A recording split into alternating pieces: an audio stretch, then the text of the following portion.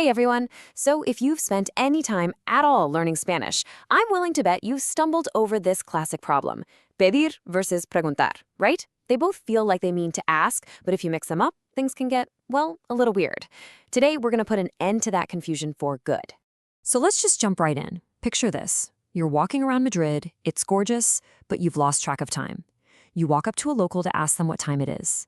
What verb pops into your head? Are you going to pedir la hora? Or are you going to preguntar la hora? What's your gut telling you? Okay, if you thought pido la hora, hey, don't worry, you are in very good company. It's a super common mistake, but it's not quite right. To a native speaker, it kind of sounds like you're demanding the time, like you want them to hand you an hour. So what gives? What's the real difference here? Well, it all boils down to one single beautiful rule. This is it, the golden rule. It's all about what you're actually asking for. Are you looking for information or are you making a request? Once you get this, I promise it's going to click and you'll never get them mixed up again. And here is that golden rule in all its glory. It's this simple. You use preguntar whenever you're asking for information, facts, answers, directions. But you use pedir when you're asking for a thing or an action, like an object, a favor, or a service. That's it. Information versus request. Let that sink in. All right, let's break this down. First up, let's get to know preguntar. I want you to think of this verb as the inquirer. Its whole job is to gather intelligence, to find things out. The absolute best way to remember this is to just swap the word ask with inquire. If you're asking a question to get an answer, you're inquiring. And if you're inquiring, you're using preguntar. You're just on a mission for facts. So check out these examples.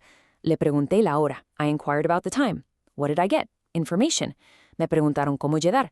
They inquired how to get there. What's the result? More information. And of course the big one. ¿Puedo hacerte una pregunta? Can I ask you a question? It's literally in the name. In every single one of these, we're just hunting for information. Okay, now for the other side of the coin. Pedir. Think of this one as the requester. This verb isn't looking for facts, no. It wants something to happen. It wants an object or an action. So just like preguntar is to inquire, your magic words for pedir are to request or to order. Are you ordering a coffee? Are you requesting a favor? Then pedir is your guy.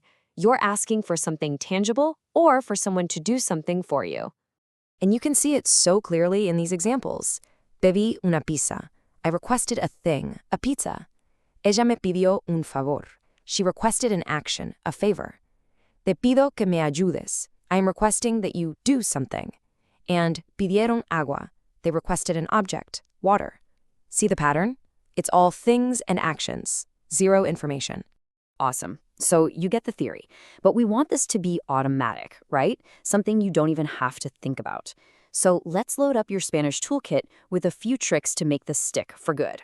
Okay, here's a killer memory trick. Preguntar looks and sounds a lot like pregunta, which, as you know, means question. They're family.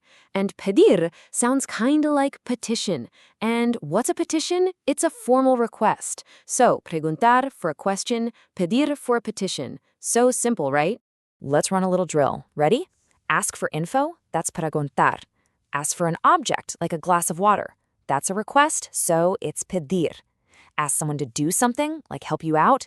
That's an action, so pedir again. Now, what about asking for the price of something? Tricky, right? But the price is information, so it's preguntar.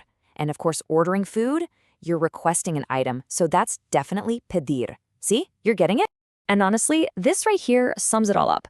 A restaurant is the perfect training ground. You pides, you request the food you want to eat. But you preguntas, you inquire what the special of the day is because you're asking for information about the food. It's the perfect example. So here it is. This is your foolproof, works every time, final test. When you're about to speak Spanish and you're not sure, just pause for a second and ask yourself, in English, what am I really doing? Am I about to inquire? If the answer is yes, then your word is preguntar. Or am I about to request or order? If yes, then it's pedir, no doubt about it. This little mental check is your new best friend. And just like that, the mystery is solved. Seriously, you now have the power to ask for basically anything in Spanish, and you'll know exactly which verb to use. So I have one last thought for you. Now that you've got this down, what's the first thing you are going to confidently pedir the next time you're on a Spanish-speaking adventure?